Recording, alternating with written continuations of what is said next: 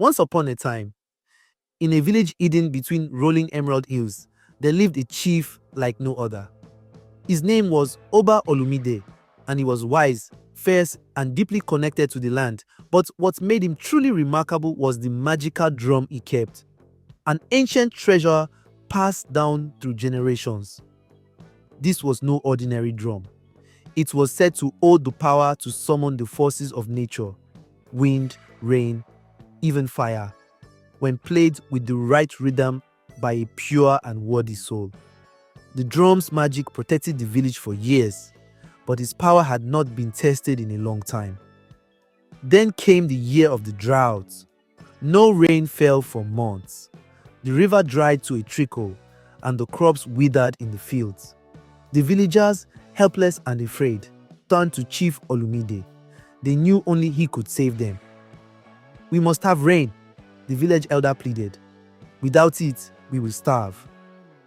Chief Olumide stood tall and calm, his presence like a steady tree in a storm. He nodded slowly and said, "There is only one way. I must call upon the magic drum, but I cannot do it alone. I will need someone brave, someone with a pure heart to help me." The villagers looked at one another, hesitant and unsure. Then, from the crowd, a small boy stepped forward. His name was Adebayo.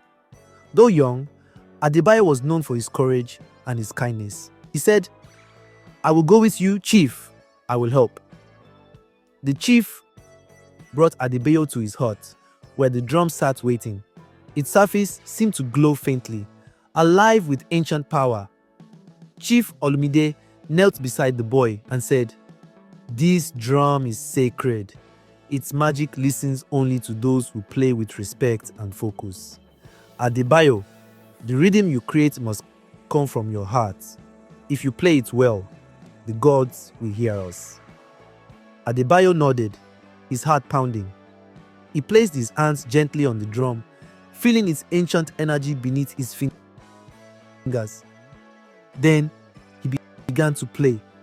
The rhythm was soft at first, hesitant, but it grew stronger, more confident.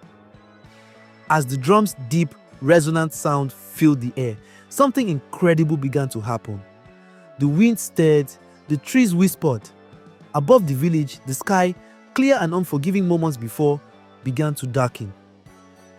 Dark clouds gathered, swirling as if summoned by the drum's rhythm. The wind picked up, and a low growl of thunder rolled across the hills. Chief Olumide stood beside Adebayo, his voice steady but urgent. "Keep going, Adebayo. The gods are listening."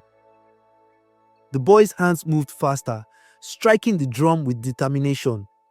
The drum seemed to speak to the heavens, its rhythm connecting Adebayo to the land, the sky, and the spirits that watched over them. The air grew heavier, charged with power. And then it happened. A single raindrop fell, followed by another, and another.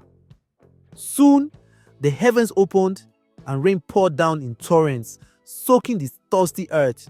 The dry riverbeds began to fill, and the villagers erupted in joy. They danced, they sang, their cries of relief and gratitude rising into the stormy sky.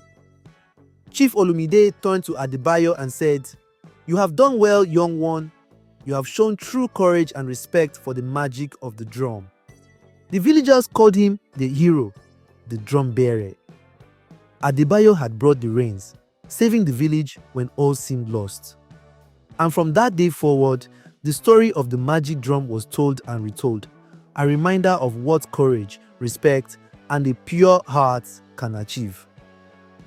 Adebayo's name became a legend, passed down through generations, just like the drum itself.